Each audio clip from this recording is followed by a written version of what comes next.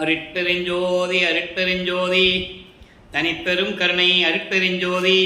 எல்லா உயிர்களும் இன்புற்று வாழ்க, வள்ளல் மலரடி வாழ்க வாழ்க, கொல்லா விரதம் குவளை எல்லாம் ஓங்குக, நல்லோர் நினைத்த நலம் பெறுக, நன்றி நினைத்த எல்லோரும் வாழ்க இசைந்து. உலக மக்களே, அறிவார்ந்த அன்பர்களே, ஆண்மநேய ஒருமைப்பாடுடைய அன்பர்களே, வல்லப்பமா நமக்கு அருளிய திருவெட்பாவிலிருந்து ஞானசரியுடைய பாடலுடைய விளக்கங்களை பார்த்து கொண்டிருக்கிறோம். ஞானசரியை என்பது மரணமில்லா பெருவாழ்வை கொடுக்கக்கூடியது. வல்லப்பெருமானவர்கள் ஒரு தாயின் வழியாக வருவிக்க உற்று, அதாவது அருப்பஞ்சோதி ஆண்டவரால் தனது தந்தையினால் ஒரு தாயின் கருவறையிலே 10 மாதங்கள் இருந்து இந்த பூலோகத்திற்கு வருவிக்க உற்று சுத்த சன்மார்க்கத்தை உலக மக்களுக்கு தெரியப்படுத்தி உயிர் இரக்கத்தையும் தயவையும் கருணையும் எப்படியெல்லாம் உயிரிடகத்தில் காட்ட வேண்டும் என்ற நிலைகளையெல்லாம் இந்த உலக மக்களுக்கு தெரியப்படுத்தியவர் நமது பிள்ளைப்பெருமானவர்கள். நமது பிள்ளைப்பெருமானவர்கள் ஏற்கனவே இந்த பூலோகத்திற்கு வருவிக்க உற்று 32 ஆண்டுகள் வரையிலும் சமயங்களிலும் மதங்களிலும் மார்க்கங்களிலும் ஈடுபட்டு கொண்டிருந்த போது அப்போ அவருக்கு அருப்பஞ்சோதி ஆண்டவர் யாருன்னு தெரியாது, சுத்த சன்மார்க்கம் என்னன்னு தெரியாது. தனது மகனை அருப்பஞ்சோதி ஆண்டவர் சமயங்களிலும் மதங்களிலும் மார்க்கங்களிலும் கூறப்பட்ட நெறிமுறைகளை பின்பற்றி கொண்டு அதிலே நடந்து கொண்டிருக்கிறார்.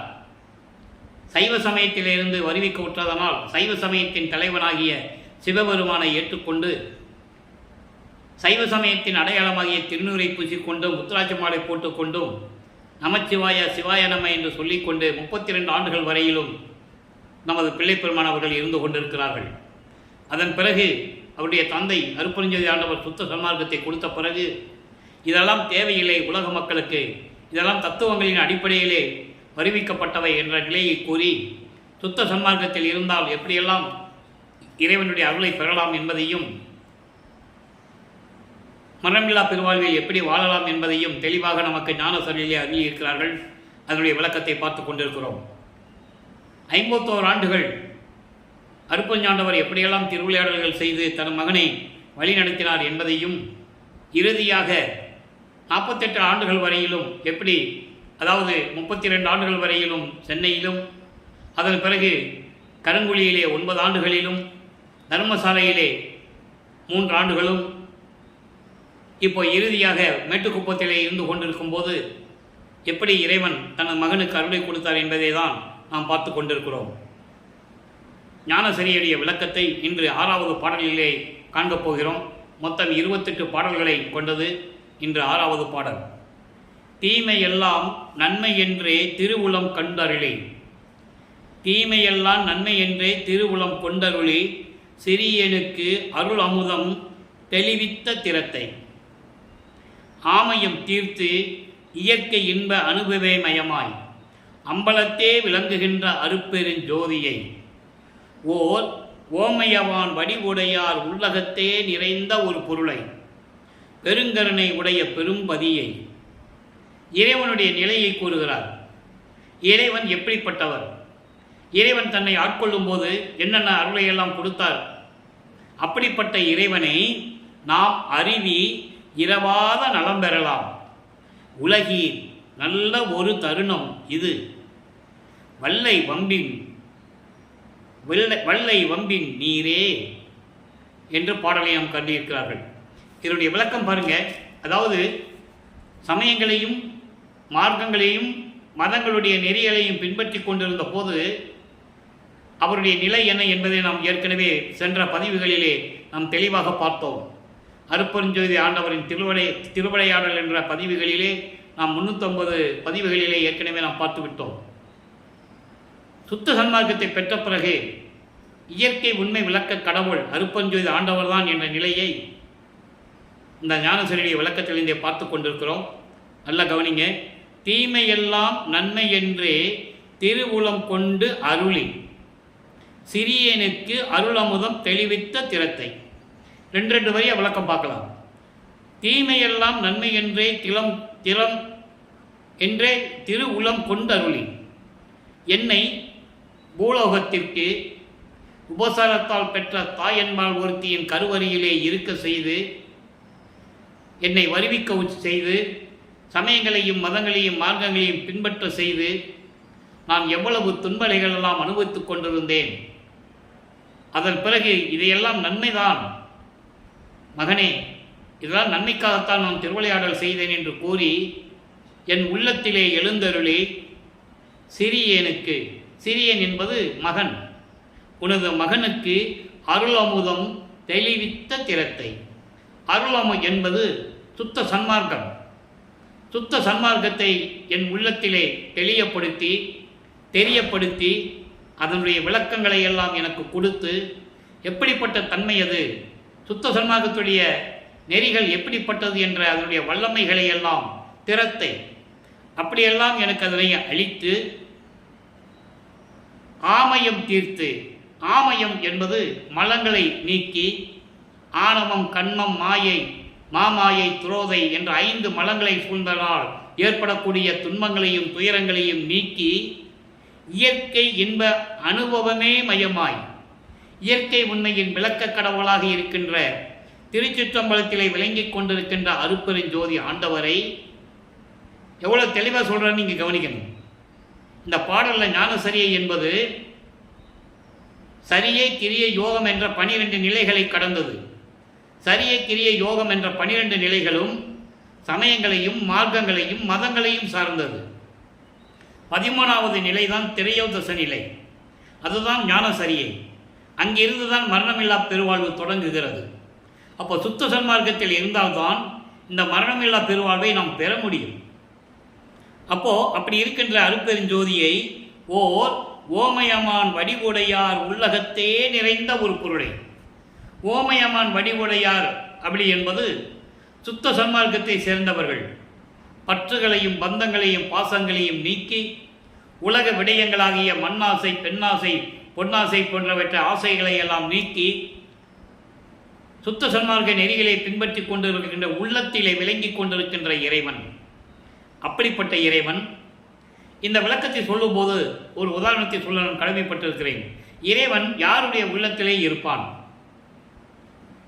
அதை ஒரு பாடலிலே கூறுவார். 41வது பதிகம் காட்சி கழிப்பு, அதாவது 6ஆம் திருமுறையிலே 3வது பாடலிலே 5வது வரியிலே இது கூறுவார். கொல்லாமை விரதம் தன்னை கொண்டார் தம்மை தல்லானை, கொலையும் புலையும் தல்லாரை தழுவானை. ஆக சுத்த சன்மார்க்க நெறியிலே முக்கியமான நெறிகள் கொலையும் புலையும். உயிர்களை கொலை செய்வது, அந்த உயிரை கொன்று அந்த உடம்பை நாறுகின்ற அந்த உடம்பை, துர்நாற்றம் வீசுகின்ற அந்த உடம்பை தன் உடம்புக்கு உணவாக எடுத்துக்கொள்ளுவது. இப்படிப்பட்ட நிலைகளில் இருக்கின்றவர்களுக்கு இறைவன் அருள் கிடைக்காதாம்.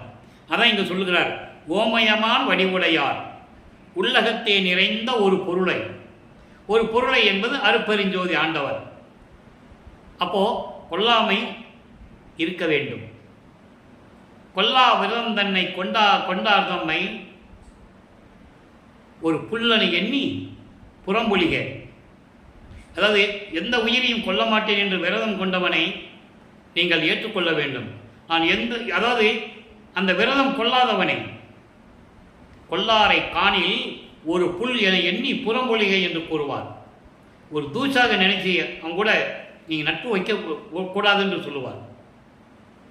அந்த நிலையில் இருந்து கொண்டிருந்தால்தான் இறைவனுடைய அருள் கிடைக்கும் என்ற நிலையில் தான் இதை கூறுகிறார்.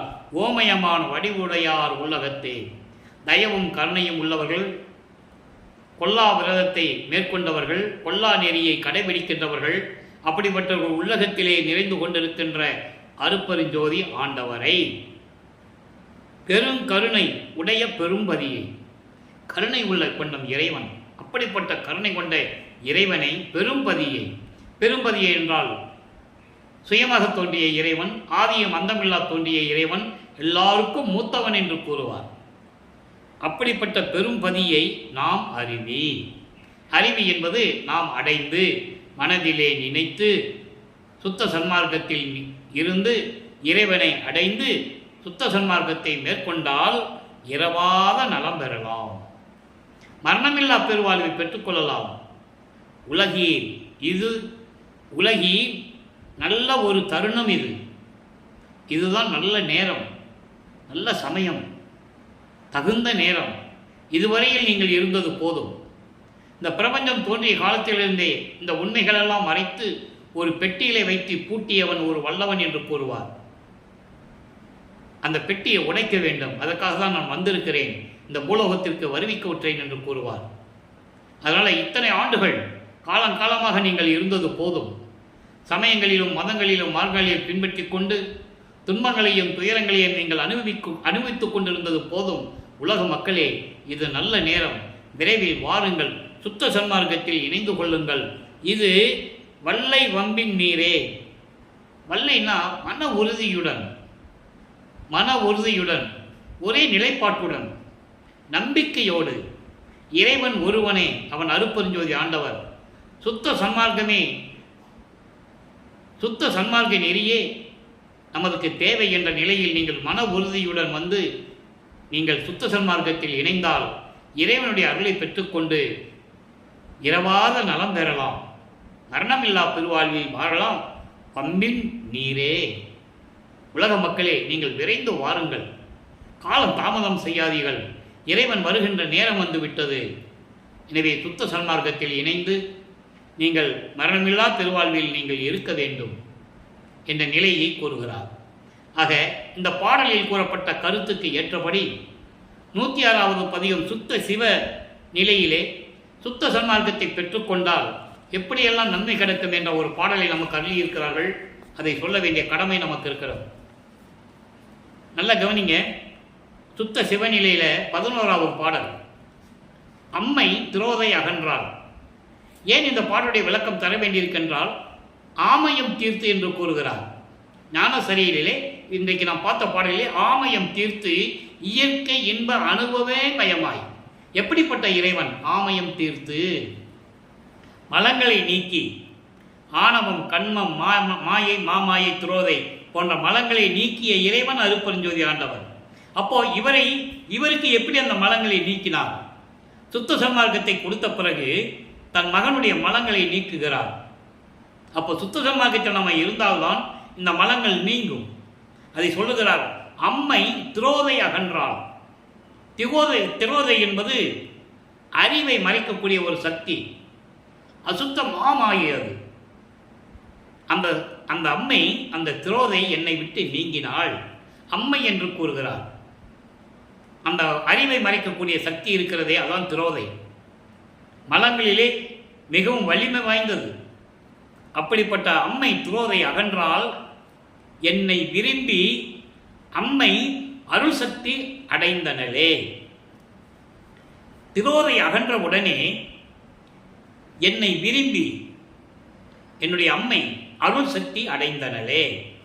அருள் சக்தி என்பது எல்லா அருளையும் கொண்ட ஒரு சக்தி வல்லமை படைத்த ஒரு தத்துவம். அப்படி அருள் சக்தி என்னை அடைந்தனளே. அதாவது திரோதை போன பிறகு அருள் சக்தி என்னை வந்து அடைந்தாள். இம்மையிலே மாமாயை நீங்கினள். ஏற்கனவே மலங்கள் ஆமயம் தீர்த்து என்று சொல்கிறார். ஆணவம் கண்மம் மாயை மாமாயை திரோதை. ஆணவம் கண்மம் மாயை என்பது ஆன்மாவை சுற்றியிருக்கின்ற மலங்கள். இந்த மாமாயையும் திரோதையும் சக்தி வாய்ந்த ஒரு மாயைகள். இப்போ சொல்றாரு, இம்மையிலே இந்த பூலோகத்திலே நான் வருவிக்க உற்று எனது தந்தை எனக்கு சுத்த சன்மார்க்கத்தை கொடுத்து இந்த காலகட்டத்தில் மாமாயை நீங்கினள். மாமாயையும் என்னை விட்டு நீங்கிவிட்டது. பொன் வண்ண வடிவம் உற்றது. இந்த மாயைகள் நீங்கினால்தான் ஆணவம் கண்மம் மாயை மாமாயை துரோதை போன்ற மாயங்கள் நீங்கினால்தான் சுத்த தேகம் கிடைக்கும். பொன் வண்ண வடிவம் உற்றது. இதெல்லாம் போனதனால் எனக்கு சுத்த தேகம் கிடைத்தது. சுத்த தேகம் என்பது, அதாவது 3 தேகங்கள் உண்டு. சுத்த தேகம், புராண தேகம், ஞான தேகம். சுத்த தேகம் என்பது தேகம் தெரியும், நிழல் படாது. புராண தேகம் நிழல் தேகம், பிடிக்க முடியாது. ஞான தேகம் என்பது இந்த 2 தேகத்தை விட உயர்ந்த, அதாவது ஞான தேகம். ஞான தேகம் தோன்றும், தோன்றாமலேயும் இருக்கும், உருவமாக இருக்கும், அருவகமாக இருக்கும். அதாவது பர அறிவு. சுத்த தேகம் என்பது பர அறிவு, பிரண தேகம் என்பது பரம்பர அறிவு, ஞான தேகம் என்பது பராபர அறிவு. அப்போ பொன் வடிவம் உற்றது. இந்த மாயைகளும் மாமாயையும் துரோதையும் என்னை விட்டு நீங்கிய பிறகு எனக்கு சுத்த தேகம் கிடைத்தது என்றும், இத முக்கியமான வரி, என்றும் சாமாறு நிலை எனக்கு தான். எந்த காலத்திலும் எப்பொழுதும் சாமாறு நிலை. சாமாறு நிலை என்றால் மரணமில்லாத நிலை எனக்கு கிடைத்தது. அப்போ சுத்த சன்மார்க்கத்தில் இருந்தால்தான் மரணமில்லா பெருவாழ்வில் இருக்க முடியும். சுத்த சன்மார்க்க நெறிகளை பின்பற்ற வேண்டும் என்ற நிலையை தெளிவாக கூறியிருக்கிறார். சுத்த தேகத்தை பெற்ற பிறகு, இந்த மலங்களால் நீங்கிய பிறகு எனக்கு மரணமில்லா பெருவாழ்வு கிடைத்தது. சாமாறு நிலை எனக்கு தான் என்று கூறுகிறார். எனவே அன்பர்களே, ஞானசரியை என்பது மரணமில்லா பெருவாழ்வை தரக்கூடிய ஒரு நிலை. அப்போ சுத்த சன்மார்க்கத்தில் இருக்க வேண்டும். எனவே உலக மக்களே, நீங்களாம் சுத்த சன்மார்க்கத்தில் இணைந்து அருட்பெருஞ்சோதி ஆண்டவரை ஏற்றுக்கொண்டு கொலையும் புலையும் தவிர்த்து உயிர்களை கொலை செய்வது, மாமிச உணவுகளை உட்கொள்வது என்ற நிலையை நீக்கி ஜோதி வடிவில் இருக்கின்ற அருட்பெருஞ்சோதி ஆண்டவரை ஏற்றுக்கொண்டு, அவர்தான் இயற்கை உண்மை விளக்க கடவுள் என்பதை நமக்கு தெளிவாக அருளியிருக்கிறார்கள். அப்படிப்பட்ட இறைவனை ஏற்றுக்கொண்டு அருட்பெருஞ்சோதி அருட்பெருஞ்சோதி தனிப்பெருங்கருணை அருட்பெருஞ்சோதி என்ற மகாமந்திரத்தை உச்சரித்து இறைவனுடைய அருளையும் செல்வங்களை எல்லாம் பெற்றுக்கொண்டு இந்த வையகத்தில் நீங்கள் வாழ்வாங்கு வாழ வேண்டும், நோயற்ற வாழ்வில் வாழ வேண்டும். எனவே அன்பர்களே, எல்லாரும் சுத்த சன்மார்க்கத்தில் இணையுங்கள், மரணமில்லா பெருவாழ்வை பெற்றுக்கொள்ளுங்கள். இறைவனுடைய அருளை பெற்றுக்கொண்டு நீங்கள் வையகத்தில் வாழ்வாங்கு வாழ்ந்து இன்புற்று வாழ வேண்டும். இறைவனுடைய தயவோடையும் கருணையோடு வள்ளலார் ஊழியன் இதை விரும்பி கேட்டுக்கொண்டு விடைபெறுகிறேன். மீண்டும் நாளை சந்திப்போம். நன்றி, வணக்கம். அருட்பெருஞ்சோதி அருட்பெருஞ்சோதி தனிப்பெருங்கருணை அருட்பெருஞ்சோதி. நாளையும் ஞானசரிய விளக்கம் கிடைக்கும். கேட்டு அறிந்து மகிழ்ந்து இறைவனை அருளை பெற்றுக்கொள்ளுங்கள்.